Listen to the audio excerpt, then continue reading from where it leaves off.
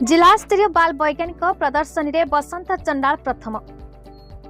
आज जिला स्तरीय बाल वैज्ञानिक प्रदर्शनी 2024 सरकारी म्युनिसिपालिटी उच्च विद्यालय नवरंगपुर ठारे अनुष्ठित हो जायछि।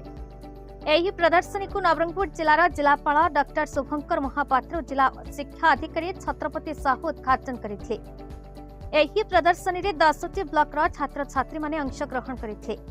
एथिरे 7टी सब थीम मध्यरु प्रत्येक रे जणे लेखाएं राज्य स्तर को मनोनीत होइछन्ति। जिलापाल शुभंकर महापात्र समस्त स्टॉल को बोली पिलामानंक प्रकल्प को बुझिथिले एवं उन्नीत उच्च विद्यालय माझी थानार बसंत चंडाल स्टॉल को आसी प्रकल्प विषय पचारिथिले। छात्र छात्री माने विज्ञान जुगरे किपरि वैज्ञानिक प्रणाली रे कम खर्च रे अल्प समय अधिक काम करि परिबे, वर्ज्य वस्त्र सठिक व्यवहार, गमनागमन सुविधा, गाणितिक प्रयोग एवं कृषि कार्य सहज किपरि होई परिबो प्रदर्शन करिथिले।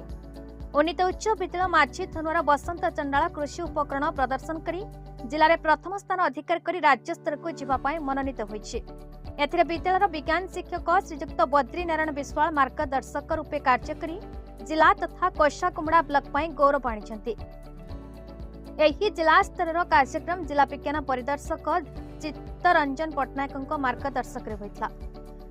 एही सफलता शुणिबा परे कोषाकुमुड़ा ब्लॉक गोष्ठी उन्नयन अधिकारी आशीष सार, गोष्ठी शिक्षा अधिकारी सुप्रिया नायक शुभेच्छा जणाइथिले।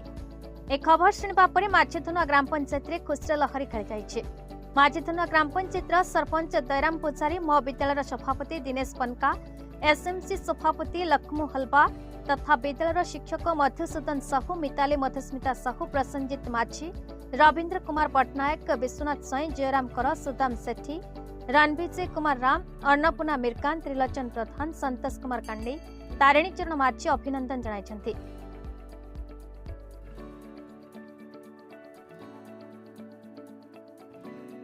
नवरंगपुर जिला कोषाकुमुड़ारू दयाराम पनका रिपोर्ट, भारत न्यूज।